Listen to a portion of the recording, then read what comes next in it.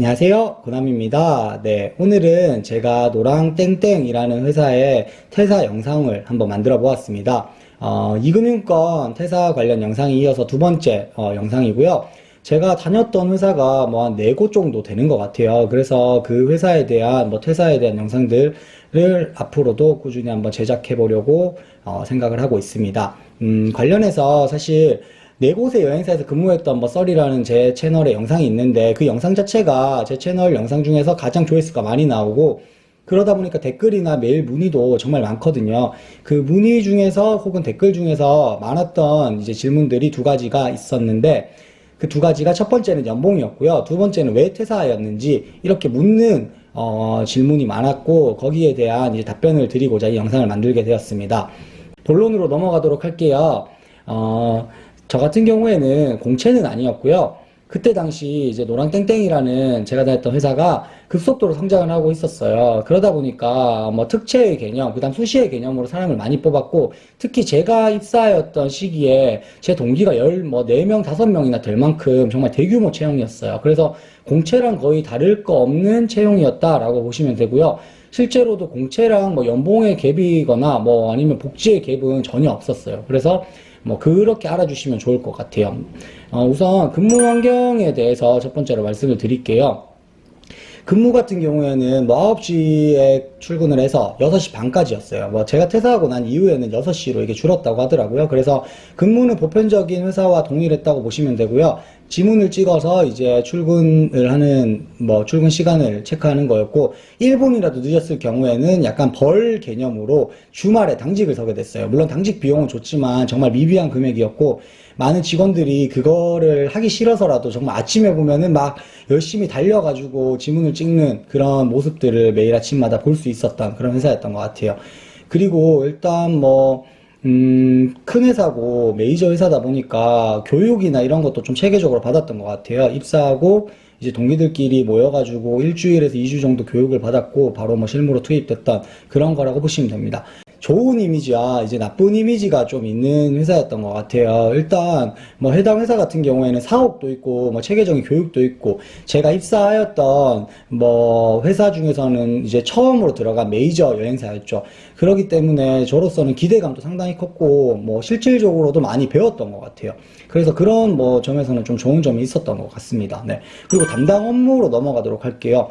저는 패키지 팀에 들어갔어요. 그래서 사실 FI 팀이라든지 아니면 법인 팀이라든지 다양한 팀들이 많기 때문에 팀마다 하는 업무는 조금 다를 수 있다는 점을 참고해 주시길 부탁드리고요. 패키지 팀 같은 경우에는 B2C 회사다 보니까 정말 다양한 업무를 해요. 항공, 셀커넥이나 아바쿠스 같은 것부터 시작해서 기본적으로 하는 손님 응대, 그러니까 전화를 받아서 이제 전화를 하는 거죠.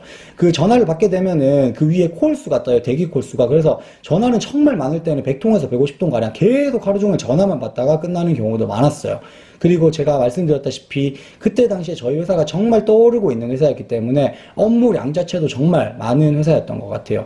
업무 자체는 그 멘토가 있었기 때문에 그 멘토의 상품을 이제 저희가 좀 지원하는 업무가 주였고요. 한 달, 2달 정도 근무를 하다 보면은 저희가 이제 업무가 숙달이 되고 그러다 보면 저희의 이제 담당 상품을 맡아서 저희가 상품을 구성하고 거기에 따른 수익까지 관리하는 그런 구조의 업무를 했다고 보시면 됩니다.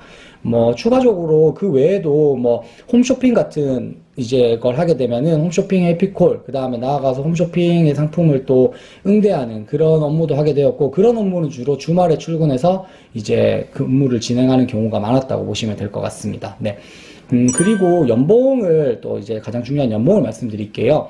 연봉 같은 경우에는 2천만 원 후반이라고 보시면 되는데, 실질적으로 그 당시에 주식이 지금은 상장이 되었는데 상장된다는 얘기가 있었고 상장이 되게 되면 저희 같은 경우에도 주식을 한 100만 원에서 150만 원 정도에 되는 주식을 이제 주기로 하였던 것까지가 계약의 사항이었어요. 그거를 치면은 사실 연봉은 한 3천만 원 정도 된다고 보면 될 것 같아요.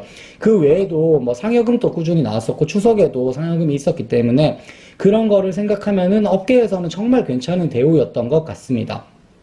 그리고 연봉 같은 경우에는 사실 지금 제가 그만둔 지 오래됐기 때문에 지금 연봉의 데이터는 제가 가지고 있는 게 조금 부족하다고 느낄 수 있어요. 그래서 최저임금도 올랐고 시간도 조금 몇 년이 지났다고 생각이 되니까 제 개인적인 생각에는 신입사원 초봉이 그래도 3천만 원은 넘지 않을까라는 개인적인 견해가 있습니다. 네. 그리고 가장 중요한 퇴사 이유에 대해서 한번 말씀을 드리겠습니다. 일단 땡땡 지금 제가 다녔던 회사 같은 경우에는요.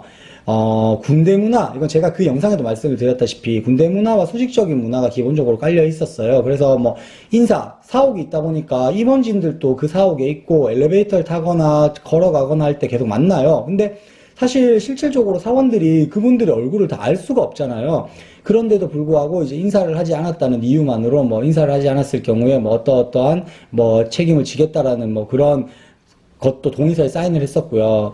뭐 각 층마다 한 100명 정도가 근무하는 환경이었는데 그 층에서 이제 담당하고 있는 상무님이 출근하셨을 경우에는 뭐 줄을 서서 인사를 하는, 지금은 없어졌을 거라 생각하고 없어졌으면 좋을 것 같아요. 근데 제가 근무했을 때에는 뭐 이게 정확한 사실이기 때문에 저도 있는 그대로를 전달 드리는 상황입니다. 하여튼 그런 것들이 사실은 뭐 퇴사한 이유 중에 가장 컸었어요. 왜 그러냐면 저는 여행업이라 하면은 좀 이제 자유롭고, 그 다음에 그런 분위기 속에서 성과가 난다고 생각을 했었어요. 그래서 뭐 그런 거를 기대하고 갔었지만 너무 수직적이고, 그 외에도 퇴사율이 높은 회사다 보니까 3년에서 5년만 일을 해도 그분들이 사실 거의 팀에서 뭐 가장 오래된 분들이다 보니까 그런 분들이 정말 잘못 만나게 되면 직장 상사를 괴롭히고 업무도 제대로 알려주지 않고 혹은 과중한 업무를 부여하고 뭐 이런 것들이 많았어요. 그래서 저는 뭐 퇴사한 이유에 대해서 가장 큰 이유를 저도 고민을 해봤는데 아마 그런 것들이 가장 큰 이유였던 것 같아요. 그리고 두 번째 퇴사 이유도 사실 저한테 중요한 이유였는데,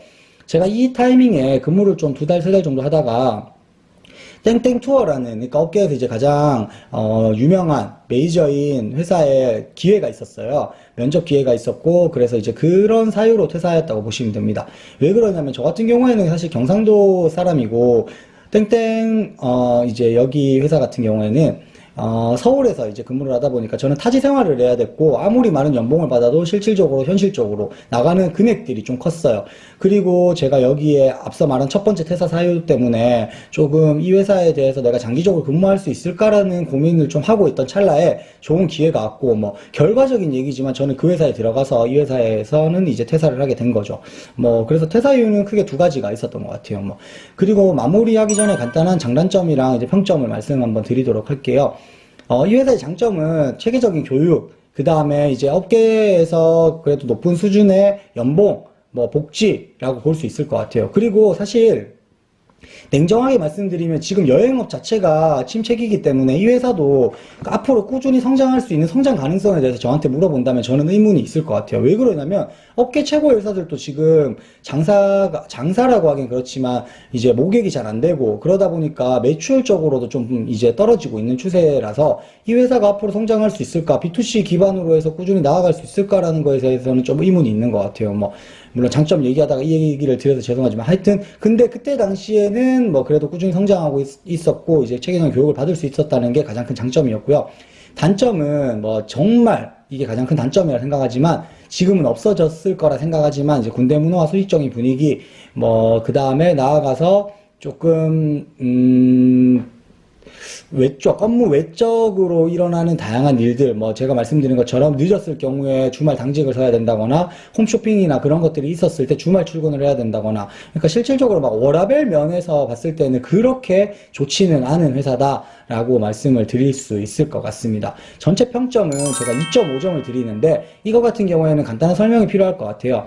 제가 만약에 이 회사를 끝으로 이것보다 더 좋은 회사를 못 다녔으면 평점을 더 후하게 줬을 것 같은데, 저 같은 경우에는 이 여행사 이후에 더 좋은 여행사로 입사를 했는 케이스이기 때문에 아무래도 비교가 좀 되더라고요. 그래서 평점을 그렇게 높게는 주지 못했다는 점은 참고 부탁드리도록 하겠습니다.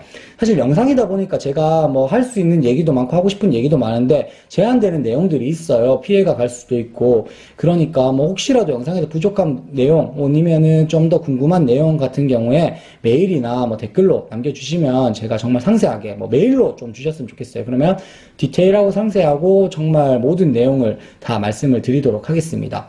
관련해서 여행사 준비하시는 분들도 꾸준히 많으신 걸로 알고 있는데, 언제든지 뭐 팁이라든지 아니면은 뭐 관련돼서 뭐 혹시라도 궁금한 거, 모르는 거, 힘든 거 있으시면 언제든지 말씀 주세요. 그러면 제가 최대한 친절하고 상세하게 알려드릴 수 있도록 하겠습니다. 네, 앞으로도 다양한 퇴사 영상으로 또 찾아뵙도록 하겠습니다. 네, 지금까지 고남이었습니다. 감사합니다.